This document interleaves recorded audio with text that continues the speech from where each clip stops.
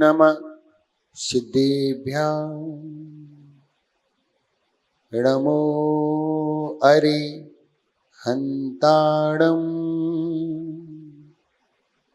नमो सिद्धाणं नमो आयर्याणं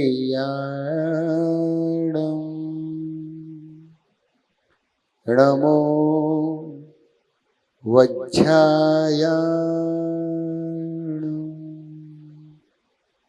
नमो लोये सौवसाहुणं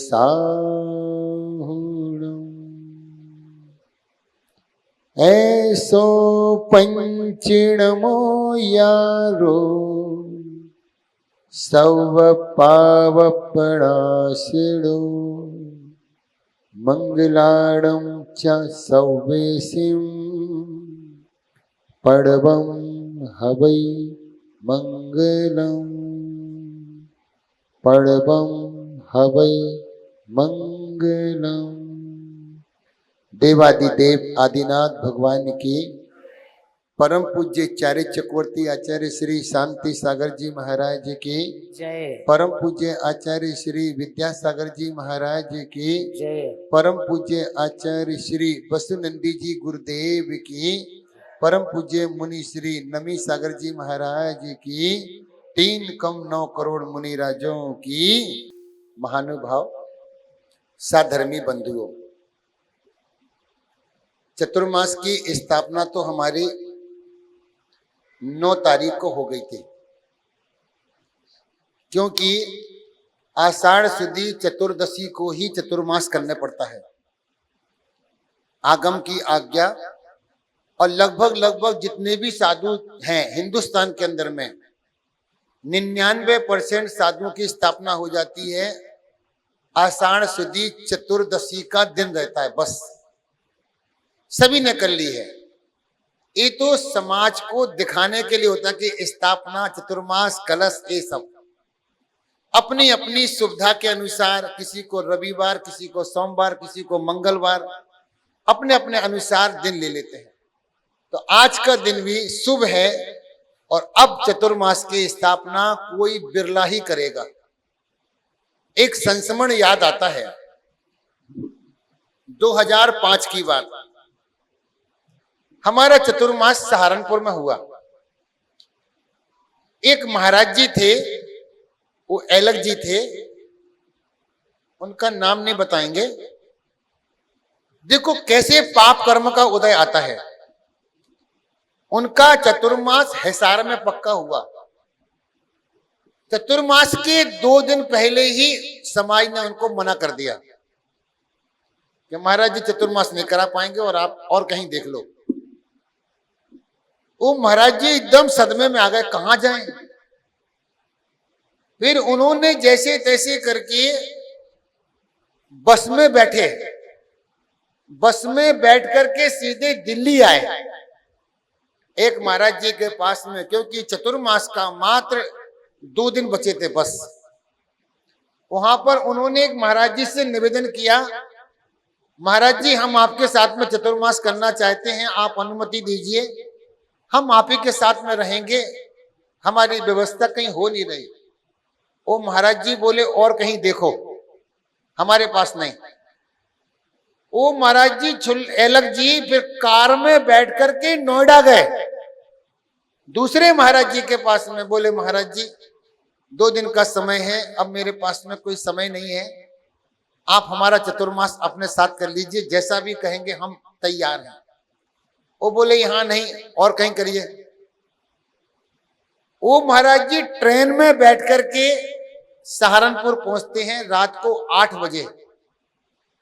rickshaw करते हैं, बैठ करके अपना बैग, चटाई, पिच्छी, कमंडल लेकर के वह बड़तला यादगार पहुंचते हैं।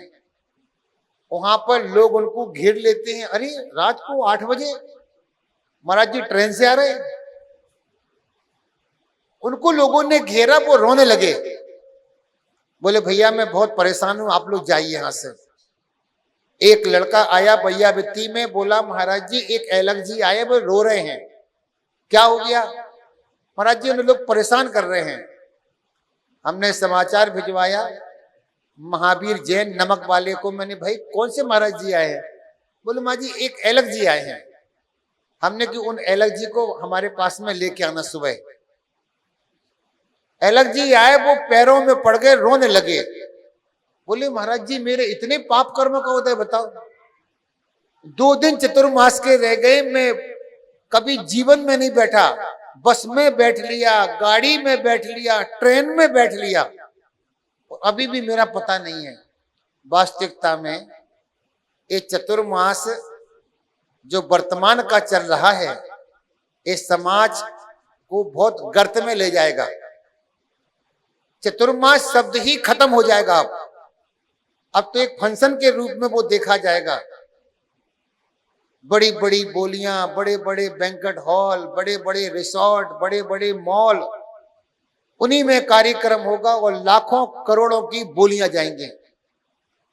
अभी भी कई साधु ऐसे होंगे जिनका चतुर्मास का श्रीफल अभी भी नहीं चढ़ा होगा। कई साधु ऐसे परेशान होंगे। हमारे यहां पर अभी तक 8 समाधि हुई। ये आश्रम केवल शौक के लिए नहीं बनाया गया। जिन साधुओं की आहार विहार की व्यवस्था नहीं होती है, जिन साधुओं के चतुर्मास नहीं होते हैं, उनकी साधना के लिए यह चतुर्मास की व्यवस्था के लिए आश्रम बनाया गया। इस आश्रम का मुख्य उद्देश्य है वृद्ध साधुओं की सेवा। उन वृद्ध साधुओं को अपने पास में रखना। एक महाराज जी थे जिनका नाम था सुभद्र सागर। उनको कई बीमारियों ने घेर लिया था। लक्ष्मी नगर में रुके हुए थे। 2 महिला आती थी, चौका लगाती थी, चली जाती थी। उन महाराज जी के लिए शुगर की बीमारी, हार्ट की प्रॉब्लम, पैर कांपते थे, कई बीमारियां उनके अंदर थी और वो अकेले रोते रहते थे। एक दिन उन्होंने समाज के अध्यक्ष को बोला, क्या हमें थोड़ा सा जहर ला दो खाने के लिए। वो अध्यक्ष बोला, महाराज जी कैसी बात कर रहे हैं आप? बोले भैया मेरे शरीर में वेदना है और मैं उसको सहन नहीं कर पा रहा हूं, मुझे थोड़ा सा जहर ला दो और मैं अपना जीवन खत्म करना चाहता हूं। उन्होंने उनके बेटे को समाचार किया, गुड़गांव रवि जैन। बोले भाई तुम्हारे महाराज जी ऐसा बोल रहे हैं। वो तुरंत आए, बोले महाराज जी क्या हो गया? बोले अब जीना नहीं है बेटा, अब शरीर में तकलीफ बहुत होती है, कहां जाएंगे, किसके पास जाएंगे? उस समय हमारी एक वार्षिक पत्रिका निकलती थी, वो पत्रिका वहां पर रखी थी और उसमें अंदर लिखा था यदि कोई वृद्ध साधु हैं तो वो हमें समाचार करें। उनके बेटे ने तुरंत समाचार किया, बोले महाराज जी हमारे पिताजी हैं और बहुत ही दयनीय अवस्था में हैं और वो खाने के लिए जहर मांग रहे, हम क्या करें? हमने कि उनको लेकर के आओ। महानुभाव जब वो महाराज जी आए, हाथ ठेला गाड़ी पर, उनकी हालत ऐसी थी कि वो 2 घंटे भी जी जाए तो बहुत बड़ी बात है। पूरा शरीर कांप रहा है। उनको 3-4 आदमी ने उठा करके कमरे में लिटाया, ना आंख खुल रही, पूरे शरीर पर सूजन, पैर मोटे मोटे हो गए, sugar, kidney, diabetes, liver, heart सब उनका डाउन था। हमने एक समाचार किया, डॉक्टर राकेश जैन शामली, उनको बुलाया कि भाई ये महाराज जी हैं, अब तुम्हारे हवाले हैं। उन्होंने तुरंत ईसीजी किया। बोले महाराज जी सब डाउन है, इनका बीपी काम नहीं कर रहा, शुगर डाउन है, हार्ट, ये सब। डॉक्टर साहब कुछ भी हो, आप कैसे भी इलाज करो, इन महाराज जी को खड़ा करना है बस। उन्होंने कहा महाराज जी हम अपने अनुसार ट्रीटमेंट करेंगे, जो करना हो करिए। उन्होंने साधु का ट्रीटमेंट किया। हमारी दीदियों ने, हमारे आश्रम के कर्मचारियों ने भैयावृत्ति के माध्यम से, दोनों दीदियों ने ऐसा आहार कराया उनको गरिष्ठ आहार कराया, ताकतवर आहार कराया और उनके लिए 15 दिन में उनकी हालत को ठीक कर दिया। 2 चतुर्मास किए उन्होंने, 2 साल तक यहां पर रहे, जिसके उम्मीद जीने की नहीं थी। ये हमारे दोनों दीदियों की आहार दान का प्रभाव। उन्होंने ऐसी सेवा करी महाराज जी की। उन्होंने जो बना, हमारे कर्मचारियों ने घी से महाराज जी का बैया वित्ती किया। डॉक्टर साहब ने बहुत अच्छी औषधि बना करके उनको आहार में चलाई। तब वो जाकर के 2 साल तक यहां पर रहे, उन्होंने अपनी साधना की। आज हमारे बीच में नमी सागर महाराज जी 90 साल की उम्र को पार कर रहे हैं। आज इतने समय तक बैठना उनका बहुत कीमती समय। वो दरवाजे नहीं खोलते किसी को दर्शन के लिए भी, लेकिन आज चतुर्मास था, आप लोगों के कारण वो कमरे से बाहर आए। दिन भर 24 घंटा जाप में रहते, अपनी साधना में रहते हैं। वास्तविकता में इन साधुओं को देख करके लगता है, हम साधुओं का जीवन का लक्ष्य क्या है? लक्ष्य क्या है? मान सम्मान प्रतिष्ठा, पुस्तकें छपवाना, बड़े बड़े कार्यक्रम करना, पंच कल्याणक करना, बड़े बड़े आयोजन करना। उन बड़े बड़े आयोजन में हम साधु प्रयोजन भूल गए। आयोजन में प्रयोजन भूल गए। हमने केवल दीक्षा धारण की है समाधि के लिए। हमारे जीवन का लक्ष्य है मात्र समाधि, बस। भगवान हमारा समाधि मरण अच्छा हो जाए, हमारा जीवन सफल हो जाएगा। लेकिन वर्तमान की हवा ने सब खत्म कर दिया। आज बड़े बड़े आयोजनों में साधु अपना सब भूल गया। बड़े बड़े साधु, छोटा नहीं, छोटा तो बेचारा मजबूरी में करता है, लेकिन आज जितने हम देख रहे हैं बड़े बड़े साधुओं के बड़े बड़े आयोजन, बड़े बड़े आयोजन मात्र अब एक दिखावा रह गया। चतुर्मास पहले साधना करते थे, मौन धारण करते थे, 4-4 महीने तक साधु आहार नहीं करते थे, 4-4 महीने के लिए मौन धारण कर लेते थे। लेकिन आज वर्तमान में यही स्वरूप चला तो चतुर्मास भी एक व्यापार बन जाएगा। पंच कल्याणक व्यापार बन चुका है। सारी क्रियाएं अभिषेक तक भगवान का व्यापार बन गया है। अभिषेक की लगाओ बोली, पंच कल्याणक में दे बोली, चतुर्मासों में दे बोली, फिर चलेगा चर्चा का विषय 5 करोड़ 21 लाख, फिर चलेगा 1 करोड़। ये छोटे व्यक्ति क्या करेंगे? ये छोटे व्यक्ति बेचारे हाथ पे हाथ रख के बैठे रहेंगे, इन्हें कोई भी सौभाग्य नहीं मिलेगा। 5 पच्छाल से लेकर के, और अब तो मालूम क्या हो गया, अगवानी गिनीज बुक में जा रही है। गिनीज बुक में चतुर्मास जाएंगे। कल के दिन क्या होगा? छोटा साधु भी यही काम करेगा, मेरा भी गिनीज बुक में जाना चाहिए। आज जब से टीवी पर साधुओं के प्रवचन आने लगे, तब से सभाओं में प्रवचन बंद हो गए। अब सुबह से उठती हैं अम्मा जी, हाथ में रिमोट लेती हैं, अभिषेक, तत्वासूत्र, भक्तांबर, प्रवचन, आरती, और तो और कई व्यक्तियों को देखा भोजन कर रहे हैं।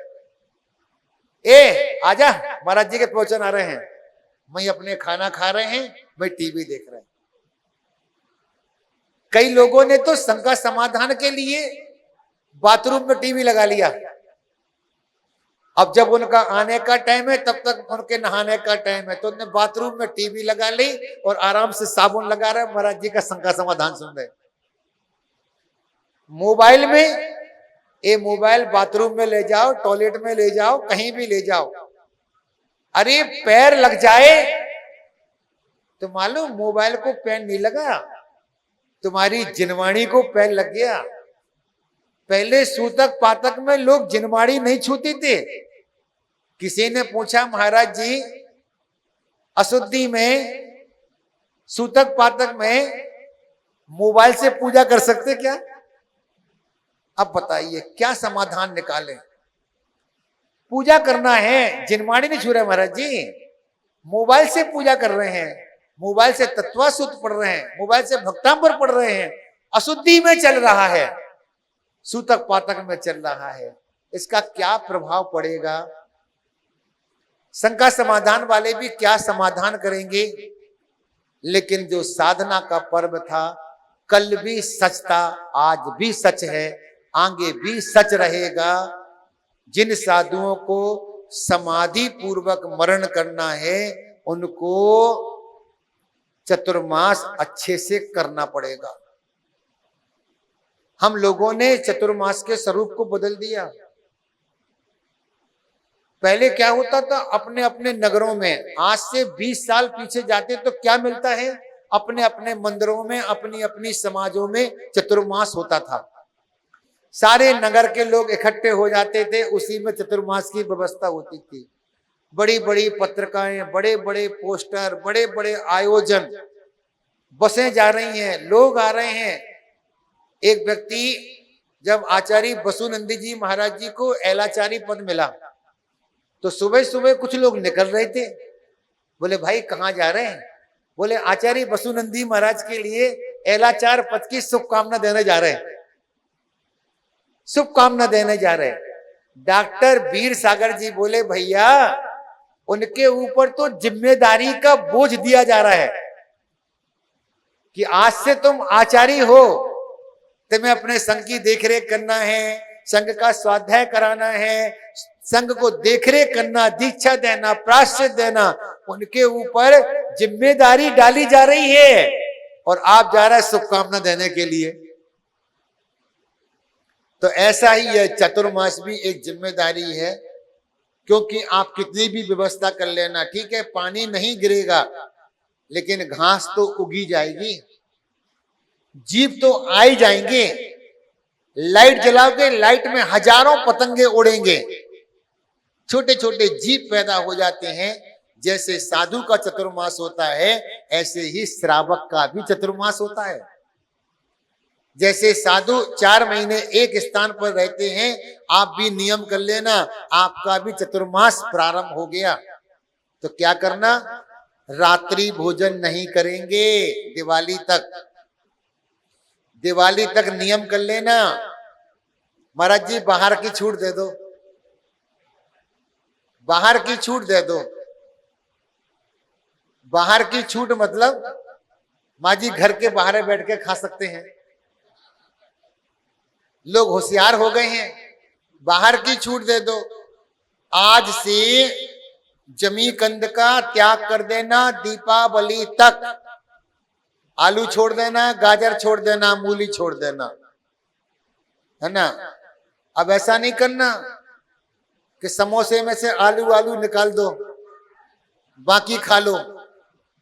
हाँ महाराज जी आलू का त्याग था, आलू आलू निकाल दिया समोसे से। सच्चे मन से धर्म करोगे तो सच्चे मन से उसका पुण्य मिलेगा। बीच का रास्ता निकालोगे तो नुकसान में जाओगे। चतुर्मास की स्थापना के दिन से रात्रि भोजन का त्याग, जमी कंद का त्याग और नियम करना, 24 घंटे में 3 माला करेंगे दिवाली तक। ओम ह्रीम नमः। कौन सी माला? सबसे छोटा मंत्र। ओम माने 5 परमेष्टि, ह्रीम माने 24 तीर्थंकर, नमः 5 परमेष्टि और 24 तीर्थंकर को नमस्कार हो। 3 माला, 1 मिनट में 1 माला हो जाती है। कितने लोग नियम करेंगे दीपावली तक? ओम ह्रीम नमः, छोटी सी माला, 3 मिनट लगेंगे। और देखिए छोटा छोटा खर्चा, छोटे छोटे काम हो जाते हैं, छोटे छोटे उसमें ही। तो सभी लोग ओम ह्रीम नमः की जाप करेंगे। चतुर्मास हम प्रारंभ करते हैं, जिनको जाना था वो चले गए। अब चतुर्मास स्थापना का लाभ आप लीजिए। बासु कहाँ है? चाबी खोल करके ऊपर किताब रखी है, बाहर वाले कहाँ है? चाबी कहाँ गया? हाँ, मात्र 15 मिनट में चतुर्मास की स्थापना करना है। तब आपको पुण्य मिलेगा कि हम चतुर्मास में गए थे, नहीं तो देखने गए थे क्या क्या बना है बाहर। मात ऊपर से किताब उठा ला, सफेद कवर चढ़ा है, विमल भक्ति संग्रह है ना, बाहर रखी है सफेद कलर की। अब चतुर्मास का पुण्य प्राप्त करेंगे, जितने समय तक हम पुण्य करेंगे, यहाँ पर जाप करेंगे, ध्यान करेंगे, साधना करेंगे, भक्तांबर चलेगा, जितने लोग उस पर बैठेंगे, जितने लोग हमारे निमित्त से पुण्य करेंगे, उन 100% पुण्य में से 17% पुण्य आपके खाते में जाएगा। जितने लोग भी साधना करेंगे, जितने लोग भी जाप करेंगे, जितने लोग यहाँ पर बैठे हुए हैं, उन सबको भी पुण्य का भागी मिलेगा। क्यों? ये कलश हमने विराजमान किए थे, हमने महाराज जी का चतुर्मास कराया था। तो आप चतुर्मास करने के पुण्यशाली। 2 मिनट में पुस्तक आती है, और यदि आपका मन बनता है 1 दिन का भक्तांबर कराइए। आप नहीं आ सकते हैं, जो लोग यहाँ पर बैठ रहे हैं, और पहले वाले चतुर्मास में हमारे उषा जी और श्रीमती प्रियंका जी, इन दोनों ने बहुत साथ दिया। दोनों क्या, पूरा परिवार लगा रहा। आपको पता होगा विश्वास नगर में पूरा का पूरा परिवार इनका चतुर्मास में लगा रहता था, सुबह शाम दोपहरी रात। और अभी भी चतुर्मास में गौशाला में हमारे प्रदीप जी, समय समय पर और भी लोग आते रहे, रेखा जी, सुनीता जी और सुभाष जी, निर्मला, उषा, जो भी आते रहे, कुसुम, तो ये समय समय पर चतुर्मास में आते रहे। हम भी चाहते जब भी आपका मन हो, चलो हम 2 दिन के लिए महाराज जी के पास चलते हैं, आप 2 दिन तक यहाँ रहें, पूजा में रहें, पाठ में रहें। तो ये पुण्य अर्जन का समय है चातुर्मास। चतुर्मास शब्द तो श्वेतांबरों का है, श्वेतांबरों का। दिगंबरों का शब्द है वर्षा योग, और वर्षा योग होता है 3.5 महीने का, चतुर्मास होता है 4 महीने का। श्वेतांबरों का चतुर्मास 8 दिन पहले उनकी स्थापना हो जाती है, और चतुर्मास दीपावली के बाद गंगा स्नान तक उनका चतुर्मास चलता है। तो पूरे 4 महीना श्वेतांबरों के हो जाते हैं, और दिगंबरों का होता है वर्षा योग 3.5 महीने का। यह चतुर्मास है कितना? 105 दिन का। 105 दिन का चतुर्मास है, उसमें से 10 दिन तो निकली गए। पर्यूषण पर्व में आधा हो जाएगा, फिर पता ही नहीं चलेगा कि चतुर्मास कब आया कब चला गया। अब 25 तारीख को यहाँ पर एक प्रदर्शनी का उद्घाटन किया जाएगा। आचार्य शांति सागर महाराज और आचार्य श्री विद्यानंद जी महाराज, ये दोनों का ऐसा संयोग आया है। ये 25 जुलाई, एक का मुनि दीक्षा दिवस और एक का जन्मदिन। आचार्य शांति सागर महाराज जी का जन्मदिन और आचार्य श्री विद्यानंद जी महाराज जी का मुनि दीक्षा दिवस। ये 2 प्रदर्शनियां 3 दिन तक रहेंगी, 25, 26, 27। उसमें आचार्य श्री के 100 चित्रों को दिखाया जाएगा। आपने आचार्य विद्यानंद जी महाराज जी के माता पिता का फोटो देखा होगा, लेकिन आपने आचार्य विद्यानंद जी महाराज के दादा दादी का फोटो नहीं देखा होगा, मिला ही नहीं होगा। हमने वो भी प्राप्त किया, और वो भी उनके दादा दादी का फोटो दिखाया जाएगा। आचार्य श्री शांति सागर महाराज से संबंधित जितना भी साहित्य लिखा गया वो साहित्य दिखाया जाएगा, और आचार्य विद्यानंद जी महाराज ने जितना साहित्य लिखा वो साहित्य भी उसमें लगाया जाएगा। और जिस पाटे पर आचार्य विद्यानंद जी महाराज जी के अंतिम प्राण निकले, वो उस पाटे का भी दर्शन कराया जाएगा कि इस पर ही महाराज जी का अंतिम मरण हुआ है। और भी बहुत सारी वस्तुएं प्रदर्शनी में लगाई जाएंगी। तो 25, 26, 27 जब भी आपके पास में समय हो, आप आकर के उस प्रदर्शनी को देखें। दूसरा, जो 100 तस्वीरें लग रही हैं, इस स्थान को, ये अंतिम कार्यक्रम है आपका यहाँ पे हॉल में। ये देखा आपने, टूट रहा है, बन रहा है। इसमें बन रहा है म्यूजियम। म्यूजियम के अंदर में बहुत सारी चीजें ऐसी रखी जाएंगी जो अनमोल होगी, अनमोल सामग्रियां रखी जाएंगी। कल से ही ये काम प्रारंभ हो जाएगा और इसका नाम रहेगा शीला देवी संग्रहालय। हमारे यहाँ पर एक अम्मा जी थी जिनके बेटे अशोक जी ने इस म्यूजियम के लिए 11 लाख रुपए की राशि दी है। मात्र 25 से 30 लाख रुपए की राशि से यह तैयार होगा। जो ये दिख रहा है ये अब नहीं दिखेगा, ये अंतिम बार आपको देखने मिलेगा। इसके बाद में यहाँ पर अजंता एलोरा की गुफा बन जाएगी। अजंता एलोरा की गुफा बन जाएगी। ये निकल जाएगा, ये निकल जाएगा, ये बीच में पिलर है, यहाँ से रास्ता होगा अंदर जाने का गुफा में। इस गुफा से अंदर जाएंगे और इस गुफा से बाहर निकलेंगे। अंदर जाकर के पानी का झरना बहेगा और वहां पर एक भगवान की मूर्ति विराजमान होगी। झरने के बीच में से पानी आएगा, एक गुफा में से घुसेंगे, एक गुफा से बाहर निकलेंगे। यहाँ पर 15 दिन के बाद में काम प्रारंभ हो जाएगा। 7 आदमी आएंगे, 2 महीने के अंदर में गुफा तैयार होगी। ये म्यूजियम बनेगा, ये गुफा ध्यान केंद्र बनेगा। तो ये नक्शा आप देख लीजिए अंतिम बार। अब जिसका भी मन हो कि महाराज जी उन्होंने 11 लाख रुपए की राशि दी है, ये काम तो आपके लिए करना पड़ेगा। योजना बनाएंगे शिवानंद जी महाराज, बनाने का काम हमारा और खर्च करने का काम आपका। कोई नई चीज बन रही है, हम लोगों से बोलते हैं सब जगह अमूल जी, सब जगह मूर्ति मूर्ति मूर्ति मूर्ति मूर्ति विराजमान कर दी है। अब आने वाले समय में कुछ म्यूजियम वगैरह बनाइए, पुस्तकालय बनाइए जो समाज के काम आएगा। आज हमारे किसी भी क्षेत्रों पर म्यूजियम नहीं है, उसमें बहुत सारी चीजें संग्रह करके रख सकते हैं। आप देवगढ़ जाइए, ललितपुर, वहां पे देवगढ़ कितने लोगों ने दर्शन किया? 1 2 3 5 7 10 बस। वहां का किंवदंती है, एक मूर्ति पर एक चावल चढ़ाओगे आप तो आपको 7 बोरी चावल लग जाएंगे चढ़ाने में। 7 बोरी चावल लगेंगे एक मूर्ति पर एक चावल चढ़ाया तो। इतनी मूर्तियां वहां पर विराजमान है। आपने क्षेत्र पर देखा होगा एक मान स्तंभ, और वहां पर बने हैं 35 मान स्तंभ। और कितने इतने छोटे छोटे मान स्तंभ, छोटे छोटे मान स्तंभ। तो उस देवगढ़ का कभी दर्शन करने का मौका मिले, जमीन के कोने कोने में मूर्तियां, इतनी सारी मूर्तियां, एक चावल चढ़ाओगे तो 7 बोरे आपके खत्म हो जाएंगे मूर्तियों का दर्शन। इतना बड़ा संग्रहालय जहां पर हजारों मूर्तियां संग्रहालय में रखी हैं।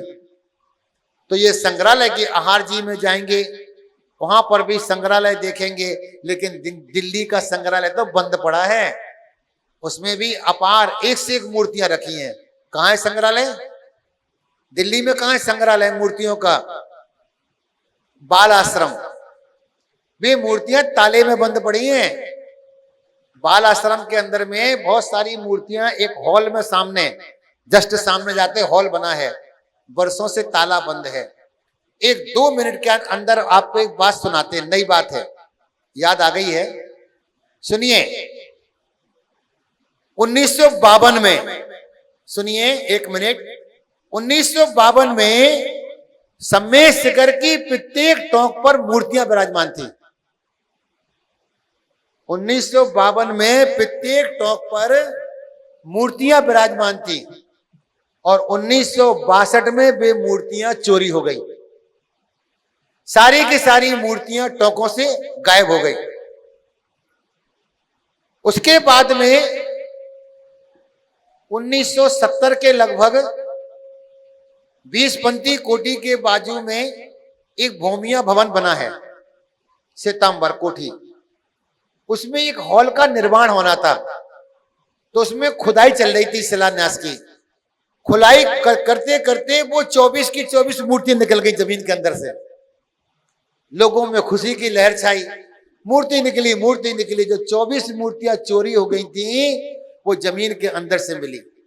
जैसी वो मूर्तियां निकाली, उसमें से एक मूर्ति खंडित हो गई। निर्णय हुआ, श्वेतांबर दिगंबर दोनों आ गए, तो निर्णय हुआ एक मूर्ति दिगंबर की, एक मूर्ति श्वेतांबर की, एक मूर्ति दिगंबर, एक मूर्ति श्वेतांबर। अब 24 में से एक मूर्ति खंडित हो गई, तो एक को मिली 12, एक को मिली, फिर दोनों में झगड़ा हो गया, मूर्ति हम लेंगे, मूर्ति हम लेंगे। झगड़ा हुआ, पुलिस आई, वो सारी की सारी मूर्तियां उठा करके ले गई। वे मूर्ति आज भी पीरठाण नाम का स्थान है, थाना सम्मेद शिखर का थाना है पीरठाण, पीरठाण। वे मूर्तियां आज भी बोरियों में बंधी हुई मालखाने में पड़ी हैं। 1970 से एक भी व्यक्ति, एक तीर्थ क्षेत्र कमेटी, एक कलश रखिए, लाखों रुपया दान दीजिए, इतने सालों से एक भी व्यक्ति ने वो मूर्तियां बाहर नहीं निकाली।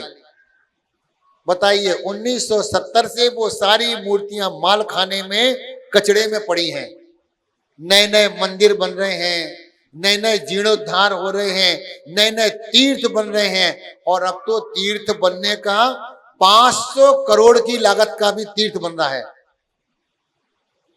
प्रसन्न सागर महाराज जी ने कहा था, इन तीर्थों को देखेगा कौन, इन्हें संभालेगा कौन। एक एक साधु है, वो कितने साल जिएगा, 10-20 साल जिएगा, उसके बाद में फिर ये तीर्थ यूं पड़े रहेंगे वीरान। 500 करोड़ की लागत के तीर्थ बनाए जा रहे हैं। तो महानुभाव, जो तीर्थ बने हैं उनकी ही सुरक्षा की जाए, उनका जीर्णोद्धार कराया जाए, और नए नए जो पंच कल्याणक प्रतिष्ठाएं हो रही हैं, अब पंच कल्याणक कम होना चाहिए, पुजारी ज्यादा होना चाहिए, जिससे इन मूर्तियों का पूजा पाठ भी होता रहे। तो यह चतुर्मास की क्रिया, बोले महावीर भगवान की